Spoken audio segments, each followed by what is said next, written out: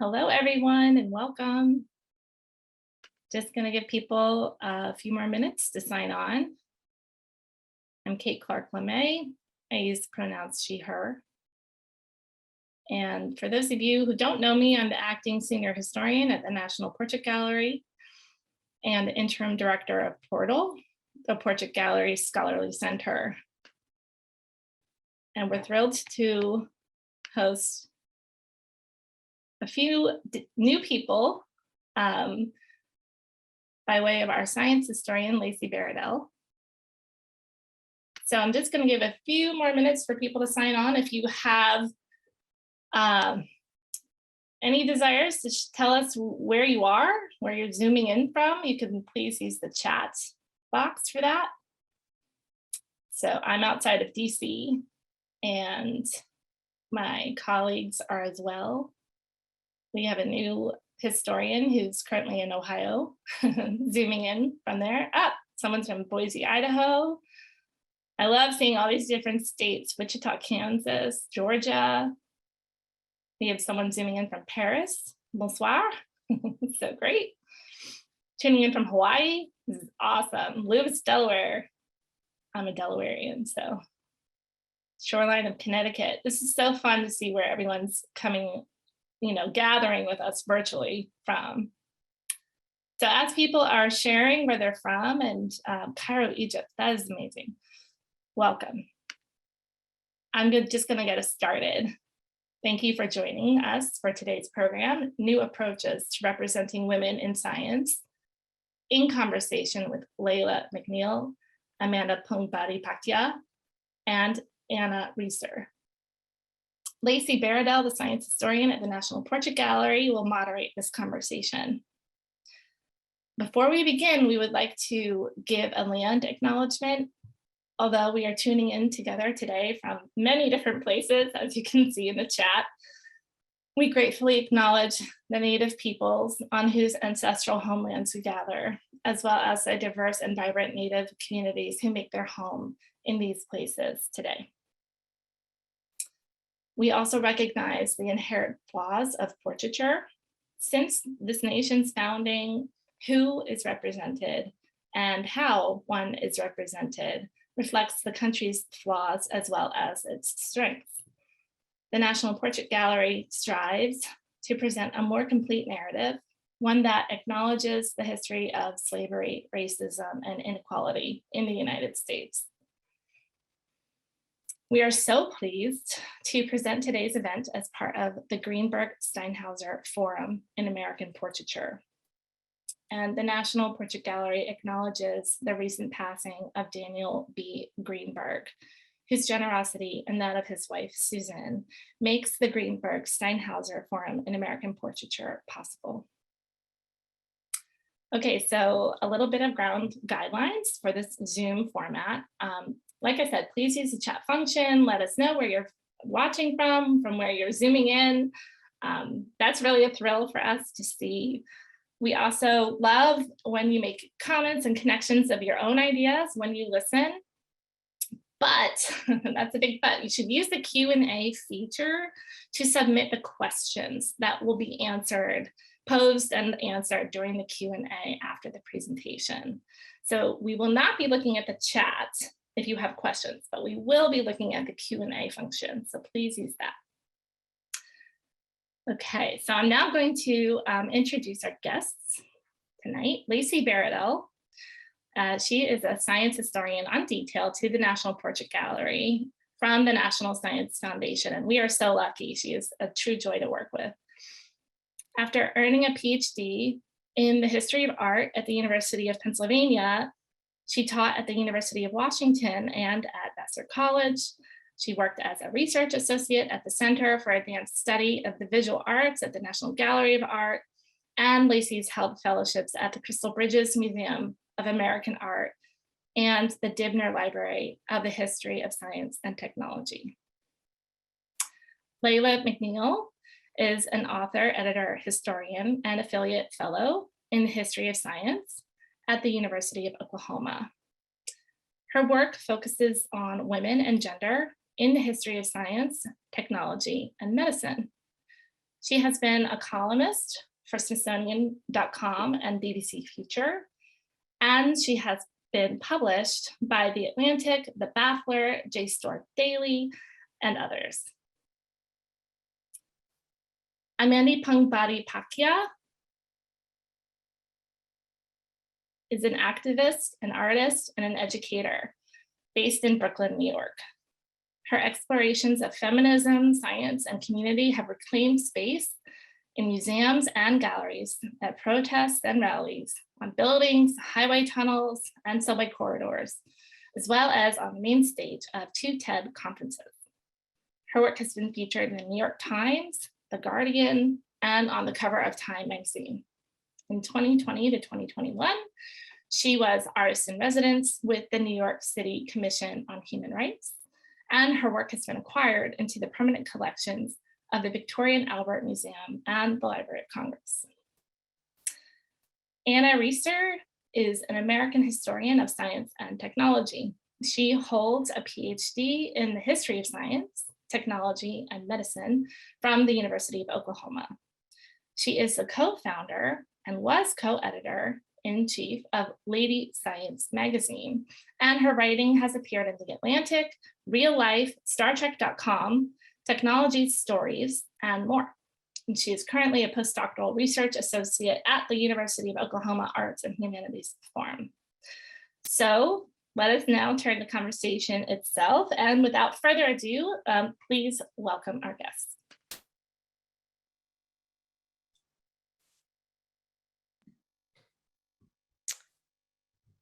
Thank you so much, Kate, for introducing everyone, and to our colleague Mindy for generously agreeing to run the PowerPoint for us, for making this event possible, to our esteemed guests for joining the conversation today, and to all of you for tuning in. We're really excited about this discussion and also your questions. When I began my detail to the portrait gallery from the National Science Foundation, one of the first things I did when I started at the museum was to look at the demographics of the scientists and engineers in the museum's portrait collection. And I found that despite many recent efforts to commission new work and collect portraits of scientists and engineers that would help diversify the collection, it is still overwhelmingly and disproportionately white and male. As Kate mentioned in her remarks, portraiture is inherently flawed, and social and cultural and historical biases are often reflected in who is represented and how.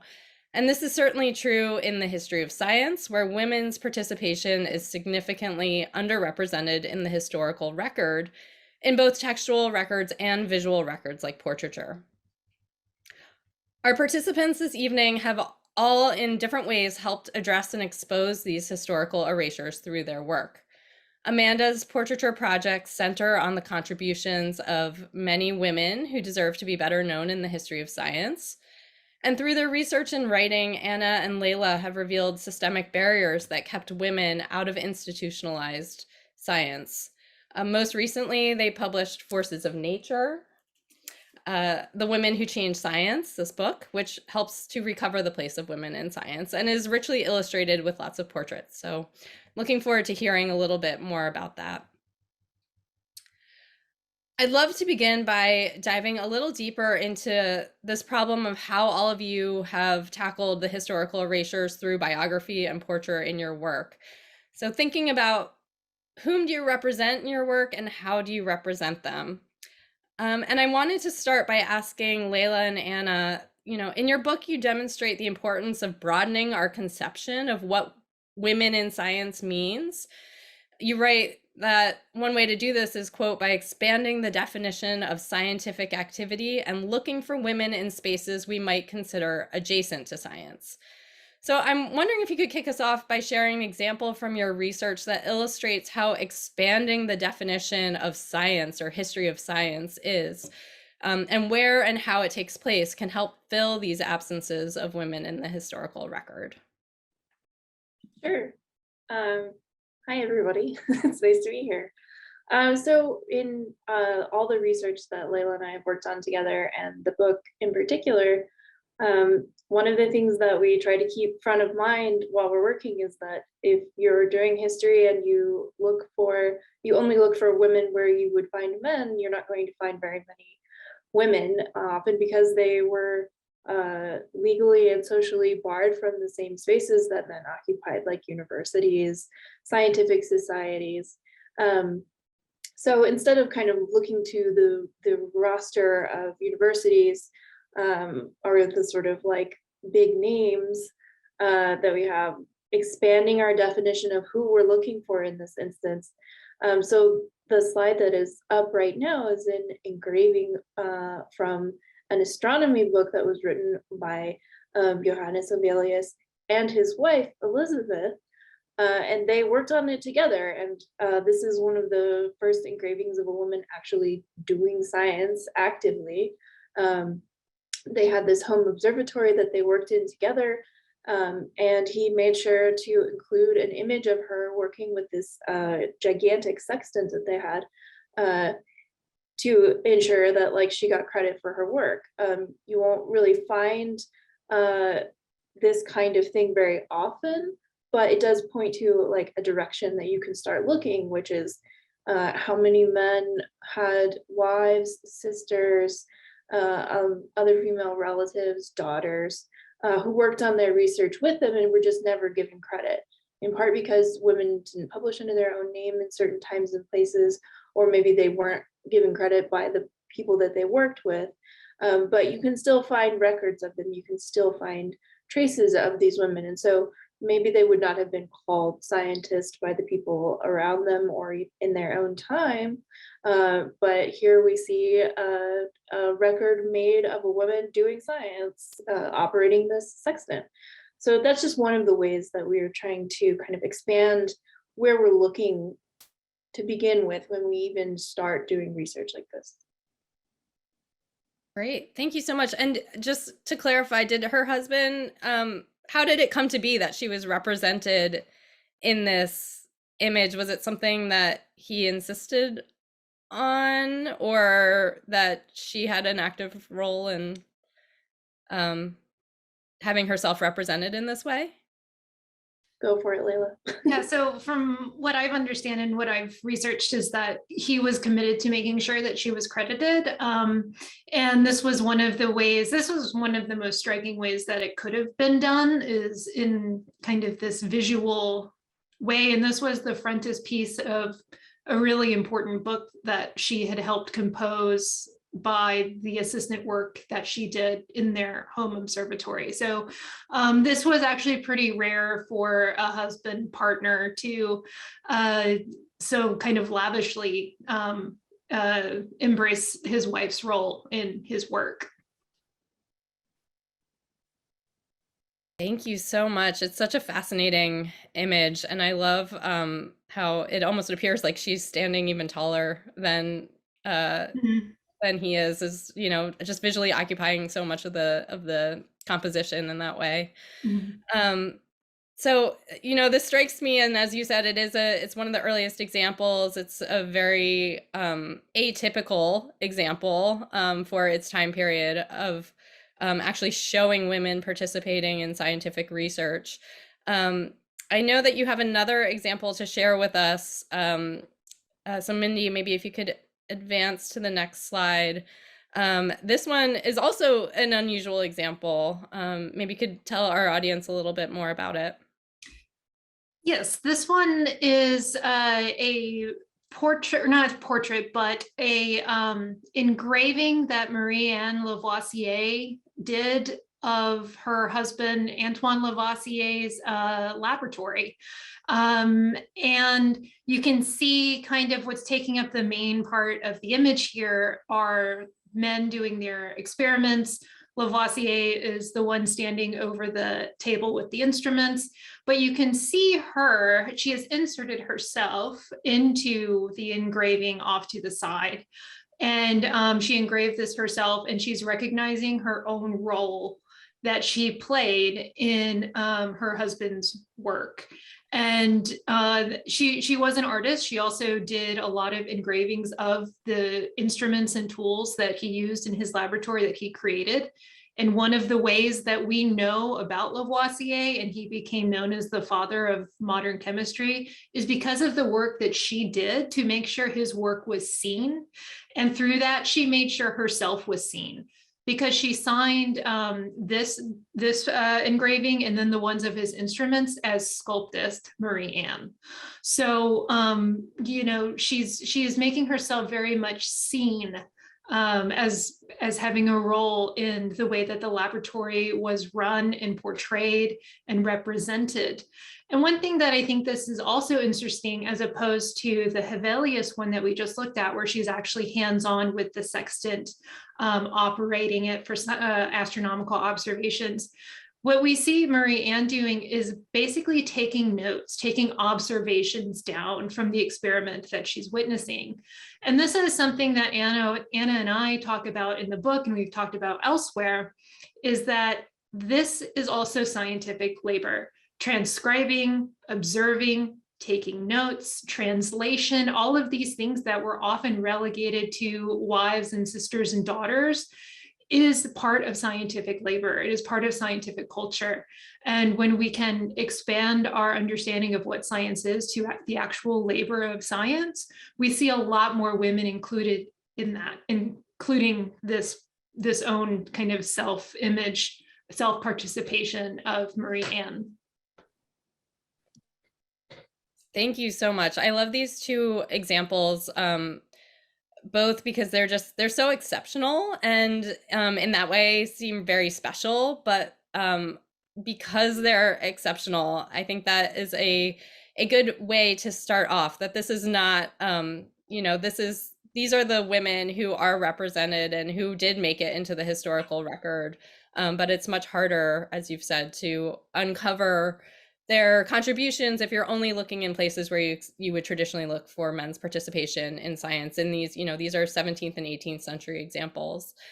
I wanted to turn to Amanda as well. And one of the reasons I wanted to convene this panel is to bring historians of science and a contemporary artist into dialogue around these issues.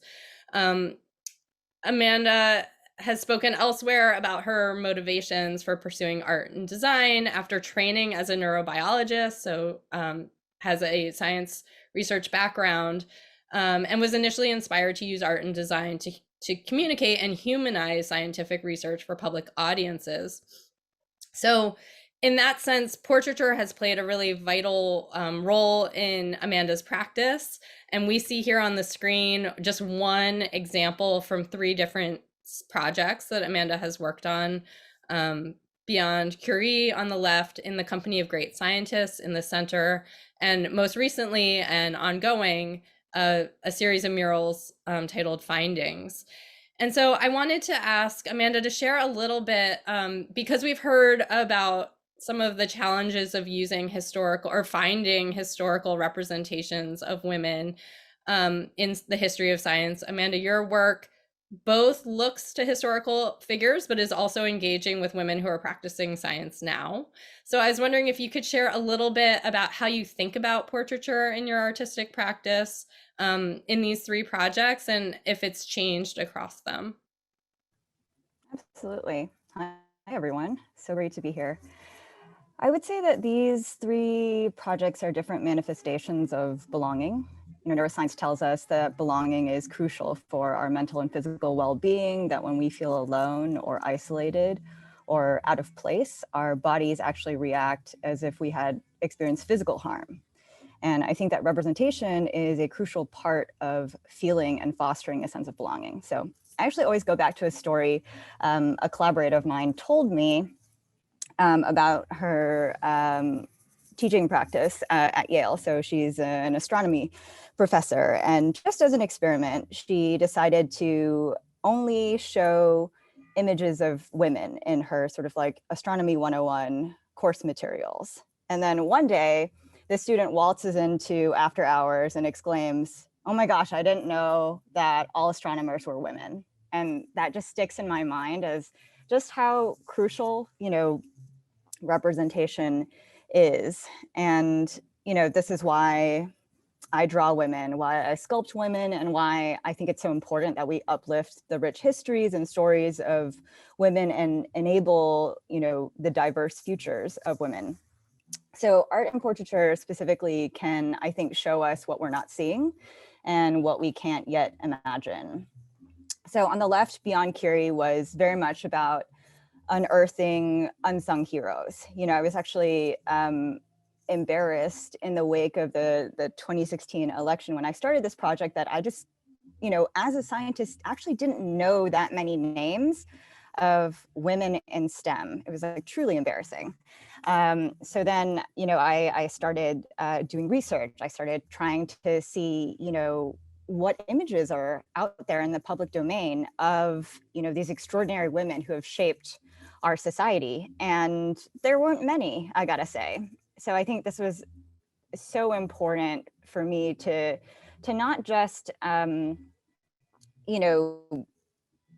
use existing imagery and sort of pair it with, historical narrative, but to really sort of create a collage of their figures and the work that they did to sort of like imbue these portraits with a sort of energy that would inspire wonder and, tell young women who are wondering if they have a place in STEM or if they can do it, that, you're part of this long legacy of women who have been doing this work, and you absolutely belong. So, this project was very much about looking at existing public domain imagery, trying to incorporate it into my artworks and try to sort of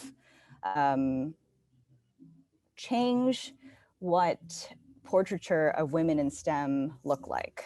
And great scientists, in the company of great scientists, this project in the center of the screen was very much about making these heroes tangible and honoring how much they've pushed society forward by, sort of like using the very materials, 3D printing to kind of fill the monument gap. And what I mean by that is, 7% of all the monuments in the United States, I think, are of women. Tiny, tiny percentage. And most of our monuments out there are of political leaders, military leaders, tons of those. But where are the explorers? Where are, the teachers, the scientists? Like, we want to see more of that. And we also want to see bust monuments of women in STEM, especially women of color in STEM, which we rarely ever see. So I shaped these portraits from public domain imagery, and there was sort of like a degree of imagination that needed to kind of come into this project because it's like I'm working from flat 2D imagery, but that's the point. Art can sort of extend what is already there and inspire others to kind of use their imagination and also put themselves in, these women's shoes.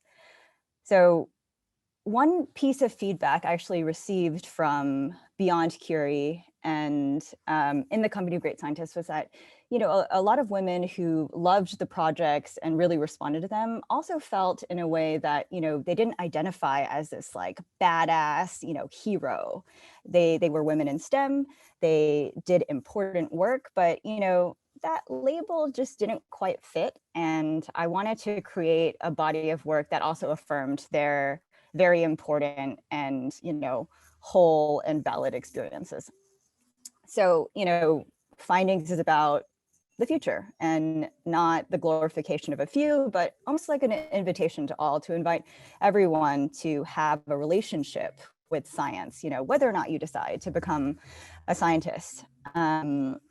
So instead of depicting specific women, depicting, my scientific collaborators whose work inspires these murals, I decided to actually do composites, in each face is sort of like a love and compilation of youth I've worked with, scientists I've collaborated with, women historically who have inspired me. And that way, in these murals, you can try to see a bit of yourself in every single figure. Yeah, I hope that sort of gives a little bit of an overview of these projects. Yeah, there's so much to each of these projects, and I know it might be hard to see, but we did put the websites. They each have their own website, so you can go and learn more about them and who's represented. And Amanda, maybe you could just speak for a minute about the murals, even though they're not specific portraits of individuals, they are inspired by specific people's research.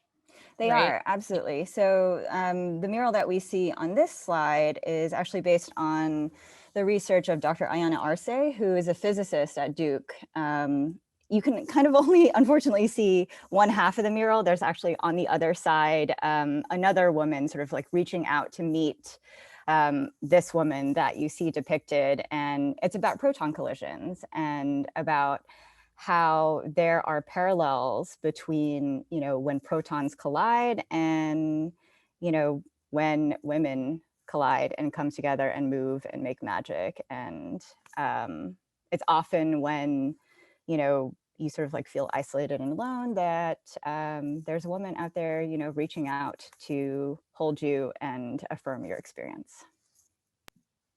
Thank you so much. We're going to hear much more about these projects going forward. And I love that I love seeing these three examples because they are all in different media. As you said, they have a kind of different relationship to the portrait, and also kind of show the variety of different ways that you've thought about this problem of representation and some of the work that Anna and Leila have done looking back in history. Your work really helps,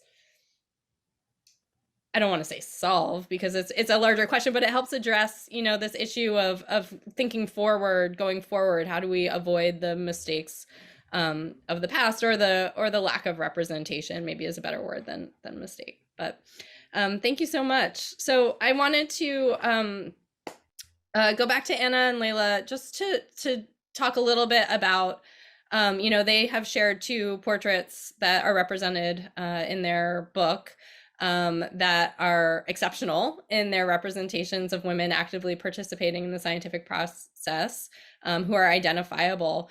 But as we know, it's often very hard to find. This is something I've come across, trying to dig up great portraits that might be available for the museum's collection, especially looking back to some of the earlier figures in scientific history. And so for Anna and Leila, I imagine it wasn't always easy when you were working on your book to select or source good portraits of scientists. And I'm wondering if you could speak a little bit about this woodcut that is from Frank Leslie's illustrated newspaper, and talk a little bit about this challenge.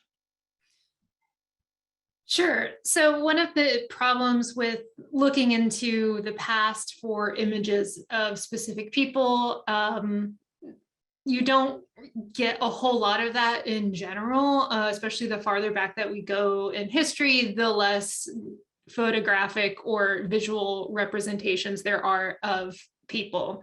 Of course, during the Renaissance, you've got those classic portraits of Galileo and Kepler posing and holding like their astrolabe and measuring instruments and all sorts of stuff. And women didn't necessarily have those types of opportunities to have themselves represented.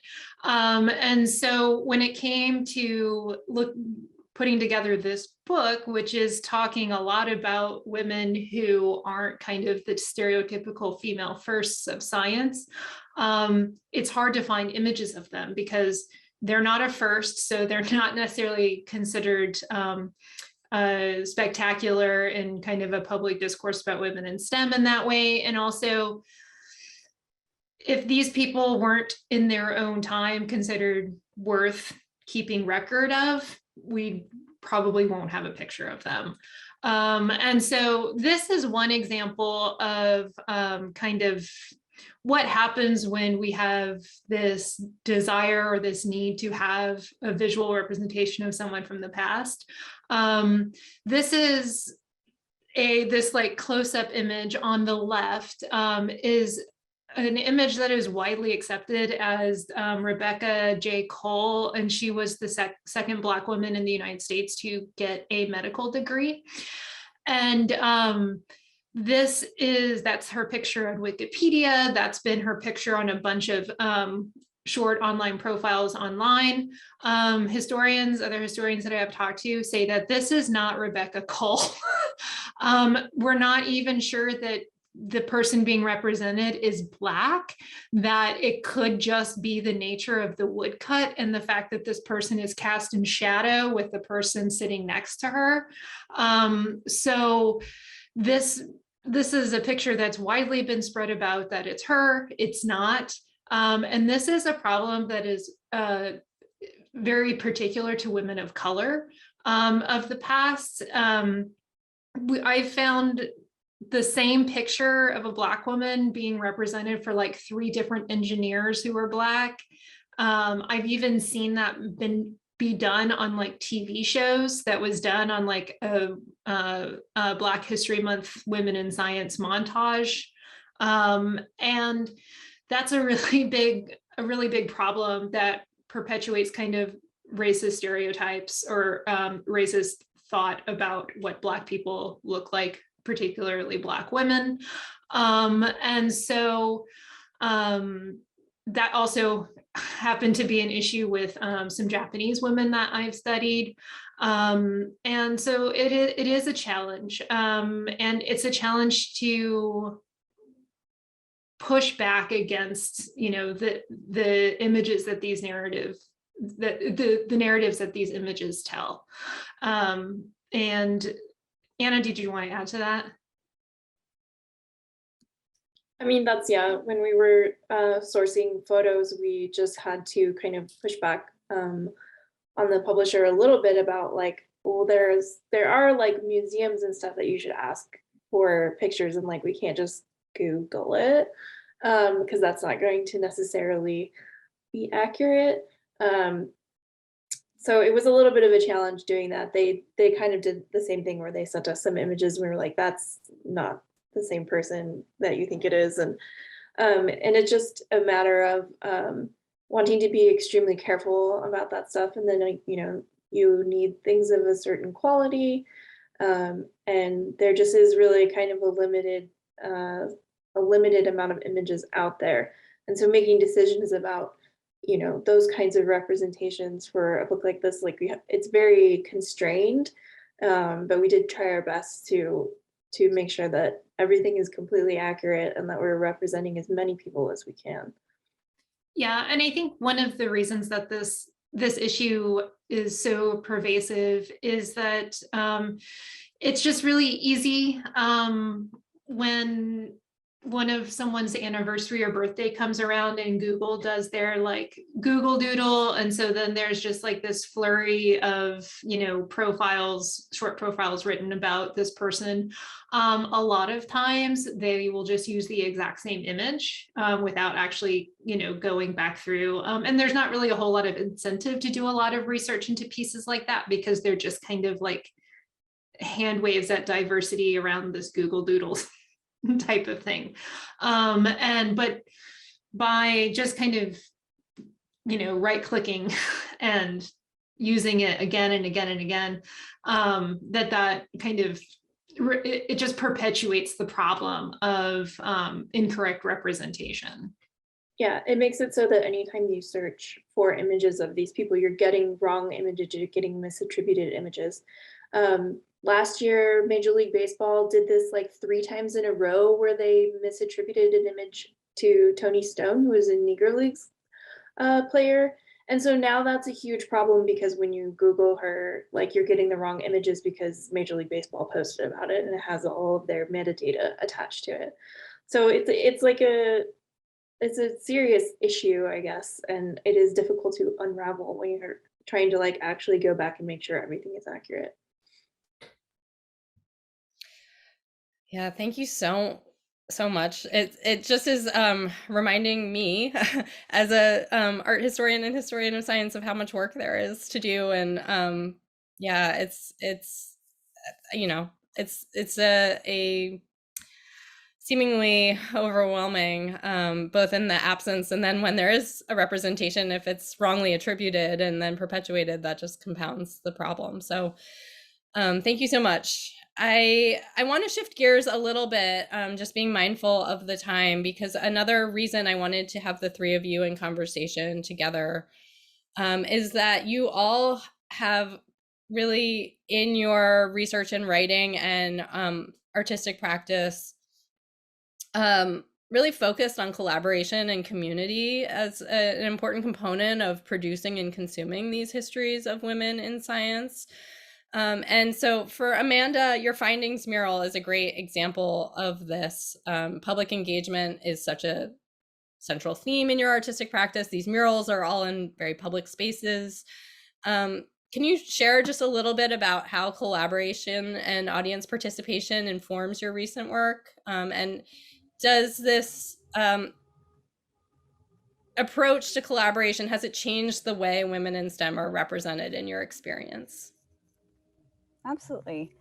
So, as you mentioned, co-creation is so important to my approach for findings. You know, each mural is not just informed by the research conducted by my scientific collaborators, but the visuals are also informed by each scientist's personality and personal anecdotes from their life and what drew them to their field of study. And I'm also not purposefully, I'm purposefully not depicting women only using microscopes or, in sort of like the lab, because I think that limits our perception of women in STEM, that, they're somehow stuck in the lab in the basement and that's all they are and all that they do. They're mothers, they have, expansive identities. And, I want to honor the multitudes and complexities in all of our experiences and theirs. And that's very important to me. So I think, that's why when folks see these murals, they can kind of see themselves in the work. And also, I can't tell you how many folks have just recommended additional scientists I should collaborate with, which I find really wonderful. And because all of these works are sort of like very dynamic and the elements kind of seem to jump off the walls and sort of like swirl and mix, I think findings is able to convey not just scientific fact and research, but also wonder and emotion. And they're sort of like portals to discovery, which I think is really delightful and a different way to depict people, to do portraiture that, sparks the imagination, that lets you sort of like see beyond just a very photorealistic or very realistic depiction of a figure. And one of my favorite parts about finding is inviting youth to be part of the making of these murals. I think, having youth participate in creating something so much bigger than themselves, like some of these murals are 250 feet long and 35 feet high. They're literally reshaping the city that these youth live in. And to just be part of that is also to, just get a taste of what scientific research is like, that we're part of this like long, continuum of discovery when we do research that just continues on and changes depending on, new things that are found or disproved. So I think, in terms of how it has changed portraiture, I hope we're inventing a new way to do it. A new way that is a little bit more interactive. All of these murals have an augmented reality component. So, you can take a selfie with the mural and you'll see, the elements of the atmosphere of a brown dwarf, which is like a cosmological entity that's neither a planet nor a star, swirling around you. It's really meeting people where they are and how they want to engage, in the sense that they want to share their experience with others. So, an app felt very natural to kind of not only reveal more scientific insights, but also share more about the story and the research of these scientific collaborators, and also just infuse more humanity into our picture of women in STEM. Thank you so much. These I just love the way that you use technology, both, you know, in the Company of Great Scientists. You saw how you used it to create the portrait bus, and then also I know, and you've done this in various other projects too, in addition to History of Science, but as a way to really engage viewers on various levels, right? So you don't need to have your smartphone and your app to appreciate and engage with your murals, but if you do, that's another level of Another layer, right? Yeah, exactly. thank you so much. So Anna and Leila, you know, we've talked about your book, but you also built this very strong and impactful community around Lady Science, which was first a newsletter, then an independent magazine, then a podcast that aimed to bring scholarly work on the history of science to a mass audience. And you made the decision at the end of last year to close it after 7 years. But one thing I admired about Lady Science was the community of writers you brought together and the diversity of voices and topics represented. And so I'd love to hear your thoughts just a little bit about what it was like to build that community, and also your commitment to preserving the archive of Lady Science, even after you decided to stop creating new content. Yeah, Leila and I started Lady Science in 2014, and that it was just the two of us. We would write one essay a month each and then send it out to our little tiny letter newsletter. And I think probably the most surprising thing that ever happened with Lady Science was that other people wanted to be involved. Other people asked if they could guest post for us. People shared it with other people and helped us grow our audience. So, you know, the community building really, you know, kind of happened to us in a way that we're really fortunate to have been a part of. You know, by the end of last year, we'd been doing it for 7 years. We had writers who would return to us, you know, maybe a couple times a year, 2-3 times a year to write for us because they just enjoyed the community of readers and the experience of working on the magazine. And I think it's the best thing I've ever done for sure.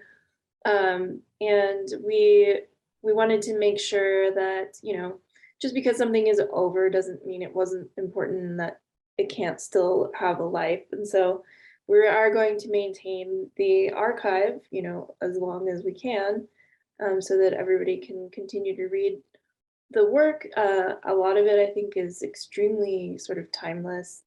What we really like for Lady Science is like a little slice of history where women are centered, so that you get a better sense of like the context, the social and cultural context around these people, and the sheer kind of variety of topics and people and time periods that writers covered for us, I think makes it just a really rich resource. I learned so much more about women in the history of science from our writers pitching us on people I've never heard of, on disciplines I had never really thought about.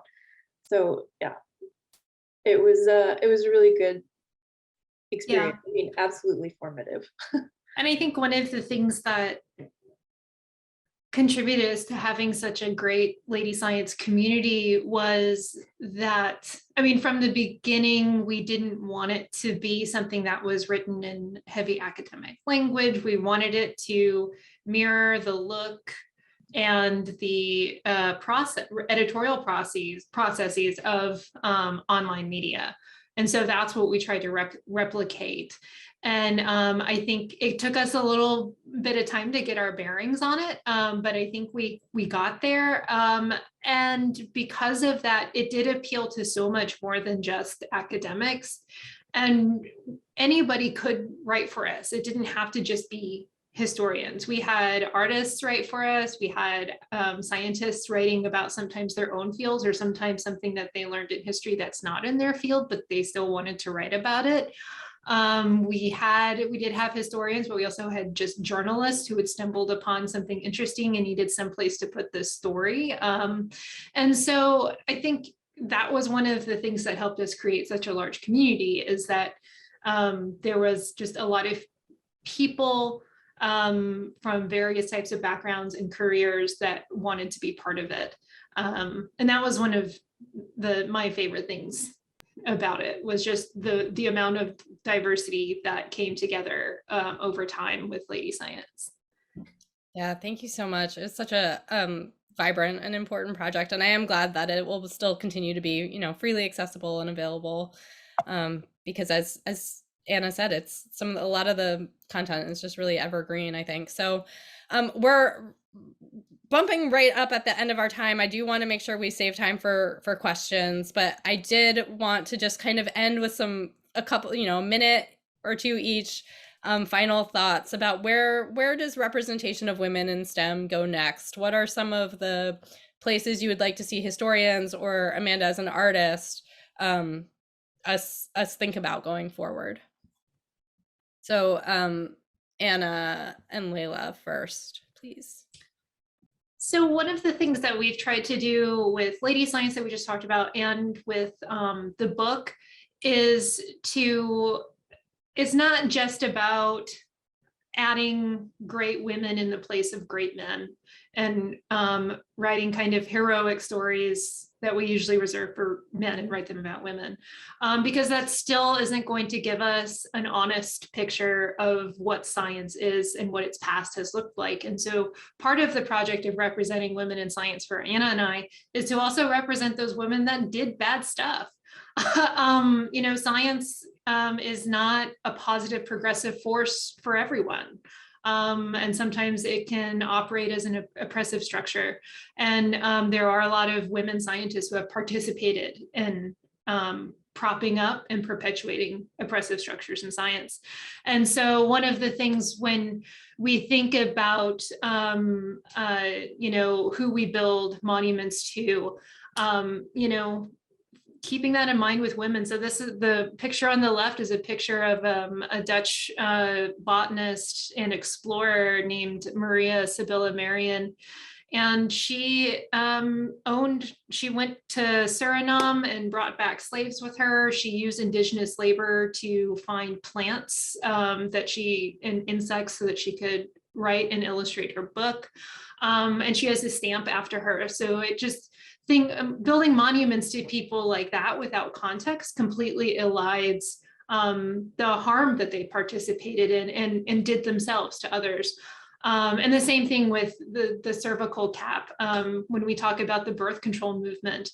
And for, you know, current women, it's, you know, reproductive justice is a big issue, but we also need to be honest about its past so that we don't reproduce those same arguments that played into a eugenic context. And so all of that goes into creating better representation for women in science, is, you know, acknowledging the darker side as well as the positive things. Yeah, thank you so much. I think one thing that our director at the National Portrait Gallery always says is that we're not a hall of heroes, and so that's great. I mean, we do have you know, a lot of people who did very bad things represented in our gallery, and I think it is so important for being honest with the history to you know, show a full picture. But as Amanda said, especially if you're thinking of you know, contemporary viewers who might be interested in science, you know, the idea of representation and kind of having a hero to look up to is also important. So Amanda, I'd love to hear, just again in a very brief minute, what you are thinking about as you move forward with your practice. You know, I completely agree. I think holistic representation is important. But I guess, you know, in a positive light, it's, you know, I'm focusing on, you know, encouraging folks to bring their full selves to their work. I certainly do. You know, neuroscience finds its way into my artistic practice. You know, I am a woman of color. I'm an Asian woman. I'm a daughter. You know, all of that kind of imbues my work with extra meaning and life and layers. And I think when, you know, young people specifically hear from my scientific collaborators that, you know, they didn't always know that they wanted to be scientists. You know, maybe they were on junior national team for gymnastics and then like somehow found their way to physics, right? I think those stories, the sort of like the winding paths, are important to share, because not everyone just knows where they're supposed to be or what they want to do. And I think that is important. And one last thought is that I think, you know, speaking of commemorative stamps, I think oftentimes institutions and like very entrenched systems are, you know, put in place obviously to have checks and balances, but it also limits the scope of who we are able to celebrate. So I recently designed a stamp for the United States Postal Service that celebrates an amazing Asian American ichthyologist named Eugenie Clark, but it really opened my eyes as to sort of like who gets to decide who gets commemorated. And it's like the small committee, I don't know who's on the committee. It's a very opaque process and system. All I know is that you need to be dead. So that certainly limits, you know, the sort of unearthing of stories of contemporary figures. And we don't get to sort of like celebrate women in their prime sometimes. And I think that's a bit disappointing. So I'll just leave everyone with that, you know, it's so important to have collaborations across fields and, you know, sort of independent creators or creatives or historians working outside of maybe more institutional systems, so that there's more flexibility, more agility, more freedom to celebrate the fullness of our histories and stories and then our futures. Thank you so much for that. We have so many great questions that people have submitted, and I already know that we're not going to have time to get to all of them. So I apologize for that, but we will make sure to send the questions we don't get to our panelists, and if they'd like to respond, they will. One easy, not maybe easy, but straightforward one for Amanda. Someone asked about where can we see the DC mural in findings.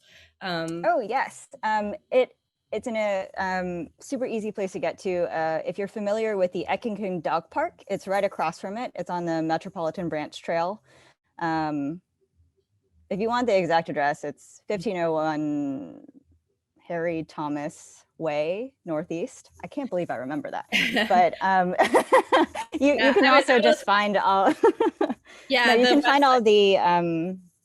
Exactly. As Lacey said, you can find the address on the websites of all our murals and where they are, in case you're visiting another city and or live in a different city. You know, we're in Brooklyn, Seattle, the Bay, Albuquerque, Denver. Thank you. Yes. Okay, let me see. I'm just for Anna and Leila, there was a question related to what you showed about the misrepresentation or misidentified portrait of Rebekah Cole. And someone asked, were images of Black women such as Rebekah Cole in STEM misrepresented because of whitewashing? Was she there at the meeting portrayed differently, or was she not there at all? So maybe if you could just speak maybe about the full image. We pulled out the little detail on the left, but why would people think that would be Rebekah Cole? So the image itself is portraying like an anatomical demonstration for a classroom, and this was Women's Medical College of Pennsylvania. And it was one of the first for women in this country to get medical degrees. So it was a really popular school that people would have known of. And so that's kind of the scene that's being depicted there. They did admit Black women, but very, very few. And at this point, I believe there were other Black students, but there weren't that many.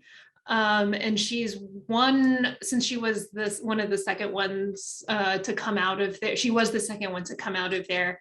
And it's kind of around the date that she would have been at the school that people have assumed that that's her in that classroom. But there's just not enough information available about that image to know that that was her. We don't know if that was someone actually sitting down and had sketched it out and observed a classroom and then went and did a woodcut. There's just not enough to know about that. And maybe it was just something that they, came up with themselves and made a woodcut of what they imagined this classroom would look like. So we just don't have enough information. But generally, we just don't have as many like photographic representations in the record for Black women as we do for white women, for a lot of structural institution reasons. So fewer Black women being allowed into institutions would be one of the reasons for sure. And also just going back to that main issue that if someone is not deemed important in their time to have record of, then we don't have record of them. That's just the sad reality of what it is for a lot of women in science, and falls disproportionately onto women of color in the history of science. Thank you so much. We have another question, Mary Michael or Michelle, maybe, I'm sorry if I've mispronounced your last name, asked, I'll just paraphrase, but it's really about how we're defining science. And it's a little maybe different than what Anna and Leila you began with, but scientific labor, but also thinking about fields like nursing, social work, library science that tend to be heavily gendered. How do you think about science in terms of the various disciplines or fields within that? Yeah, absolutely. We cover a lot of those fields in the book and have covered them for lady science. Things like home economics, nursing, obviously. There's like a thing in the United States in the 20th century about domestic engineering, homemaking, midwifery. We also talk about like recipes as like a home chemistry practice. Women made their own medicines and remedies for doing home health care. We also talk about like pink collar labor, like we mentioned sort of at the very top, all this kind of like information labor that women do for larger scale scientific projects. That counts for me. Things like human computing in the 20th century, in the 19th and 20th century. This is like very tedious calculation work that was considered like, essential, but too distracting for men to do while they were thinking their big thoughts about stars or whatever. So women did that for less pay. All of these kinds of places where we find women engaged in scientific activity are relevant to the discussion. And I think, it is, for us at least, as simple as just, you can't just point at everything and say it's science. Yes, I can. I already did it. But once you do that, you start to see these like whole kind of areas open up for investigation. And if you're working in a time where women are not allowed into certain areas, look for them where they are allowed and find out what they're doing, because they're probably writing botany textbooks for like young children, or taking care of their entire community with their sort of home remedies that they're making. Thank you. I think that's such a... I could just add something. Yeah. I think it's unfortunate that so often the trend is when women start to be interested in a particular field, or many women start to enroll in certain programs, like let's give teaching as an example, but for science I'll give bio as an example, biology. It all of a sudden starts to feel somehow less rigorous, or somehow squishier, like psychology, for example. And I think it's it's really just sexism. It really is just that. And you know, I encounter this a lot in technology as well. You know, speaking about women in STEM, it's like, you know, folks who are in product marketing also have to know technology. They might not be engineers, though there are many women engineers and developers, but you know, you still are a technology worker, but somehow your credentials are not as solid, or somehow your labor is not as valued. And I think it's important to have sort of like transparent conversations about this. Just basically echoing more of what you said, Anna. Yeah, I wanted to say, like in history, especially starting in the 19th century, when science starts to professionalize into like biology and, you know, these very distinct scientific categories, is really when you start to see this kind of drastic gendering of scientific fields. And the ones that women had tended to be best at or gravitated towards, since they were the ones doing it, it became feminized and you know, became kind of a softer science. You know, like a squishy, like I like the term squishy that you used, Amanda. But you know, in the 19th century, you do actually have like concerted efforts of men in scientific institutions, like sitting around smoking cigars or whatever, talking about how they're going to take science back from the ladies. Like there's actually conversations like this that are happening. And you know, so we've inherited so much of this historical baggage into our current ways of thinking about science and gendering these fields. You know, fields that are considered feminized are paid less, not because the work is less, but because women are the ones doing it. You know, so there's historical precedent for this, and it's terrible. But you know, that's why Amanda's work is great, because it's we look a lot into the past, and Amanda's doing a lot of looking into the future to create something different, to see something different. Thank you so much. I think that's the perfect note to end on, because it's a really nice summation of a lot of the themes that we talked about. And we are at time. So I'll let Kate jump on and close us out. Thank you. I mean, it's my, you know, I always say it's my unfortunate responsibility to bring us to a close, especially when we're having such a fruitful and important conversation like the one we did tonight. I loved reading all of the comments in the chat. This has been a really interactive audience. And so I thank our audience as well as our amazing guests and my colleague Lacey for organizing this. And so I just want to mention too that we do capture emails. And so if there are questions that are unanswered, we do have the opportunity to email you directly. So don't worry if your question didn't get emailed, didn't get answered live, but we'll reach out to you. So with that, I'd like to just thank everyone again and end the program. Goodbye.